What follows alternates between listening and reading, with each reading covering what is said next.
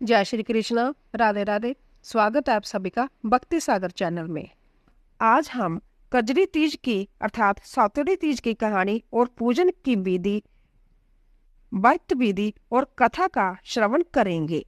रक्षाबंधन के पर्व के 2 दिन पश्चात भादो माह के कृष्ण पक्ष की तीज को कजरी तीज या सातोड़ी तीज का त्योहार व्यापक रूप से मनाया जाता है। इसे बड़ी तीज के नाम से भी जाना जाता है। सातोड़ी तीज के दिन पूर्व सिंजारे का विधान है। यह तीज शेष दोनों तीजों से बड़ी होती है। इस दिन स्त्रियां भादुड़ी तीज का व्रत करती है। व्रत विधि: बड़ी तीज के एक दिन पहले अर्थात सिंजारे के दिन सिर धोकर चारों हाथ पैरों पर मेहंदी लगानी चाहिए।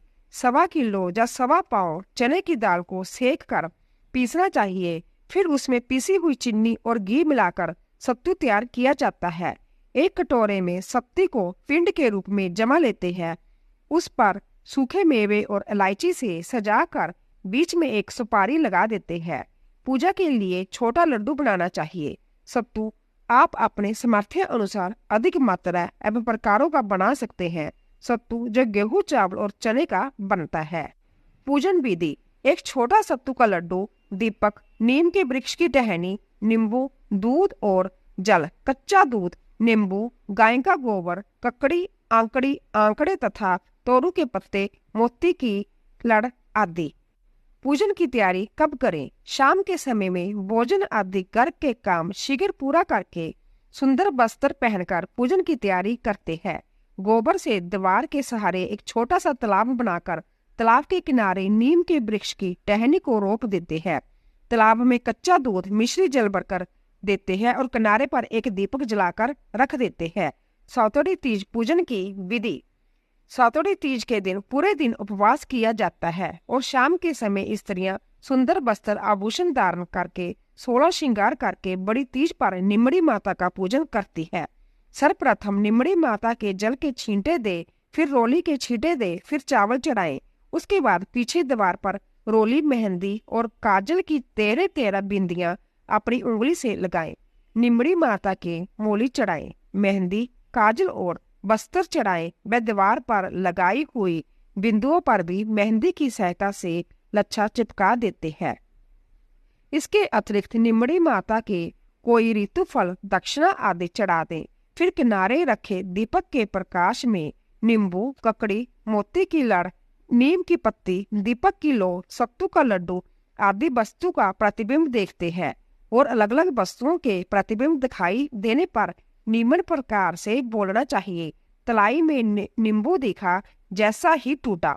इस प्रकार व्रत पूर्ण करके सातोड़ी तीज की कहानी सुननी चाहिए या सातोड़ी तीज की कहानी कहना चाहिए। पादवा की सातोड़ी तीज की कहानी अथवा बड़ी तीज की कहानी सुनने के बाद निमड़ी माता की कहानी सुनी जाती है।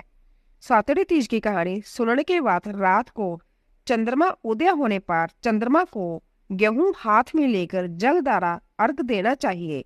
अर्घ देते समय थोड़ा थोड़ा जल और आंखें चंद्रमा की ओर मुख करके गिराते जाना चाहिए और निम्न प्रकार से बोलते जाते हैं: सोना की सी सांगली, मोत्या को सोहार, चौबाती की दिवाली, 4 पहर की रात। आम तले तुम्हारो सासरो नीम, तले तुम्हारो पीर, चारों गेला जो बहवे, कीड़ी की सी नार, हमारो सुहागन जियो, सत्तू तीज की रात। सत्तू तीज का चांद ने अर्घ देता, जियो पूत बीर परतारा। इसके बाद चांद की पूजा करे और रोली का छींटे दे, दीपक अगरबत्ती प्रज्वलित करे और सत्तू से चांद को जिमाए। फिर सत्तू के पिंड पर इच्छा अनुसार रुपये रखें। बया निकाले, यह अपने पति या पुत्र को देना चाहिए।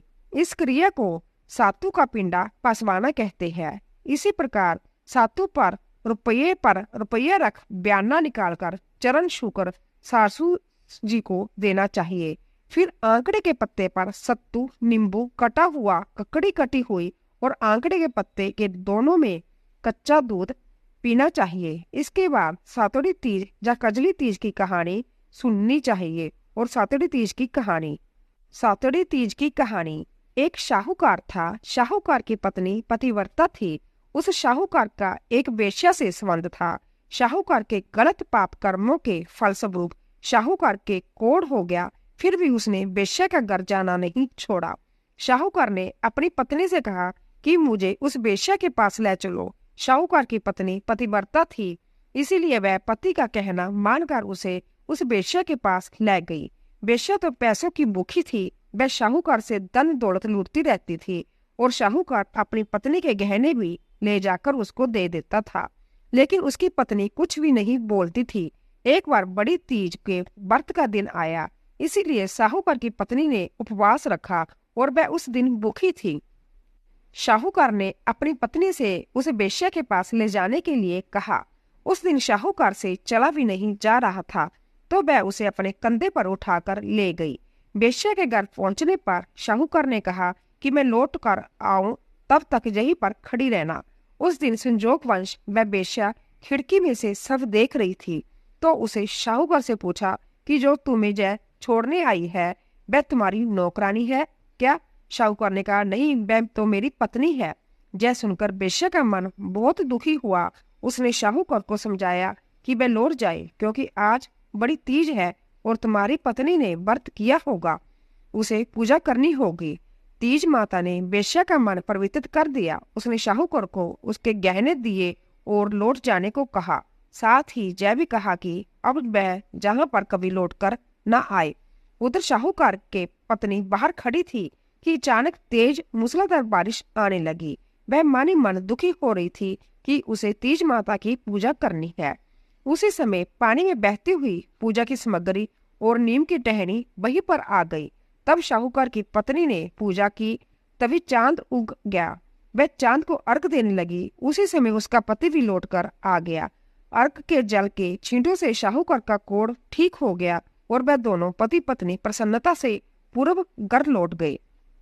हे तीज माता, जैसे शाहूकार की पत्नी के दुख मिटाए, वैसे सभी के दुख दूर करना। सातोड़ी तीज की कहानी कहने वाले को, सातोड़ी तीज की कहानी सुनने वालों को और सभी पर अपनी कृपा रखना। सातोड़ी तीज की कहानी सुनने के बाद निमड़ी माता की कहानी सुनकर व्रत पूर्ण किया जाता है।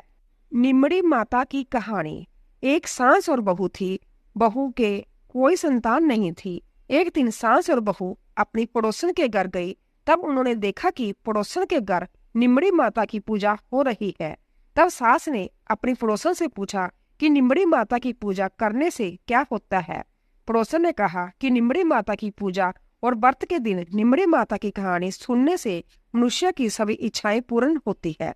तब सास ने कहा कि यदि मेरी बहू गर्भवती हो जाएगी तो मैं निमड़ी माता को 1.25 सेर का पिंड चढ़ाऊंगी और पादुड़ी तीज का व्रत करूंगी। कुछ दिनों के बाद बहू गर्भवती हो गई। तब उसकी सास ने कहा, यदि मेरी बहू के लड़का हो जाए तो मैं 5.25 सेर का पिंड चढ़ाऊंगी।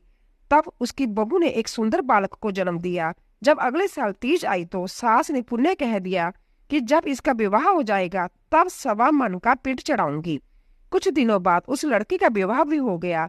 जब तीज का त्योहार आया तो सास बहू दोनों अपनी नई बहू को लेकर निमड़ी माता की पूजा करने गई। सब लोगों ने तो पूजा कर ली, लेकिन जब जब दोनों पूजा करने लगी तो निमड़ी माता दूर ही खिसक गई। जय जितना पास जाती निमड़ी माता उतनी ही दूर खिसक जाती। जब निमड़ी माता ने उनकी पूजा स्वीकार नहीं की तब कुछ औरतों ने उनसे कहा कि आपने निमड़ी माता को कुछ चढ़ाने के लिए बोला है क्या? तब सास ने कहा, हाँ बोला तो था। तब उन औरतों ने कहा कि पहले बोली हुई इच्छा पूरी करो, तब वो निमड़ी माता पूजा स्वीकार करेगी। तब सास और बहू ने घर जाकर 1.25 मन का पिंडा बनाया और गाजे बाजे के साथ गीत गाते हुए निमड़ी माता की पूजा की। निमड़ी माता की कहानी सुनी। हे निमड़ी माता, जैसे बहू को पुत्र दिया और कृपा की, वैसी कृपा सभी पर करना। निमड़ी माता की कहानी कहने वाले को, निमड़ी माता की कहानी सुनने वाले को और पूरे परिवार को देना। दोस्तों, आशा करती हूँ कि आपको हमारी कथा अवश्य पसंद आई होगी। प्लीज जाने से पहले चैनल को सब्सक्राइब कीजिए, लाइक कीजिए और शेयर कीजिए। आप सभी का धन्यवाद।